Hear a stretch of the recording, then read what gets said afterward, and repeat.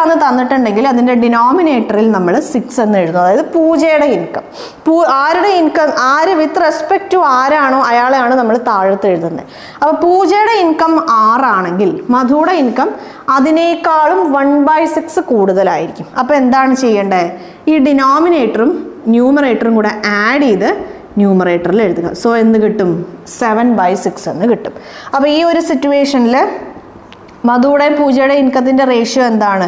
പൂജയുടെ ഇൻകം 6 ആണെങ്കിൽ മധുയുടെ ഇൻകം അതിൻ്റെ 6-1 കൂടുതലാണ്, അതായത് 1 കൂടുതലാണ് 7/6. ക്ലിയർ ആയോ?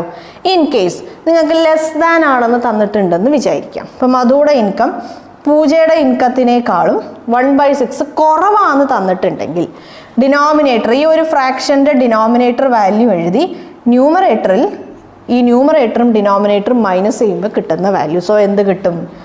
5/6 എന്ന് കിട്ടും. കുറേ പേർക്ക് ഡൗട്ട് ഉണ്ടാവും.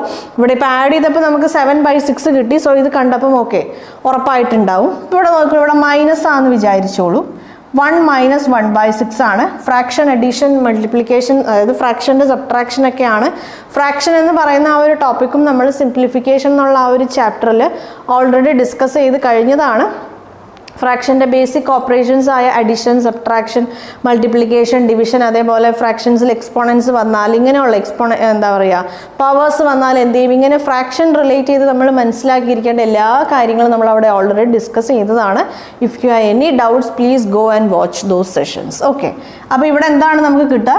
5/6 ആണ് നമുക്ക് കിട്ടുന്നത്. അപ്പം നിങ്ങൾക്ക് എക്സാമിനേഷനിൽ റേഷ്യോയുടെ വാല്യൂസ് തരുമ്പം ഇത്ര പെർസെൻറ്റേജിന് ഈക്വൽ ആണെന്ന് തന്നാൽ, പെർസെൻറ്റേജ് വന്നാൽ ആദ്യം അതിനെ ഫ്രാക്ഷനിലേക്ക് കൺവേർട്ട് ചെയ്യുക. എന്നിട്ട് ഇത്ര പെർസെൻറ്റേജിന് ഈക്വൽ ആണ് എന്ന് തന്നു കഴിഞ്ഞാൽ ഓക്കെ, നമ്മൾ ആരുടെ കൂടെയാണോ കമ്പയർ ചെയ്യുന്നത്, ഇപ്പം മധുവിനെ നമ്മൾ പൂജയുടെ കൂടെയാണ് നമ്മൾ കമ്പയർ ചെയ്യുന്നത്. സോ പൂജയാണ് എന്ത്? നമ്മുടെ ഡിനോമിനേറ്റർ.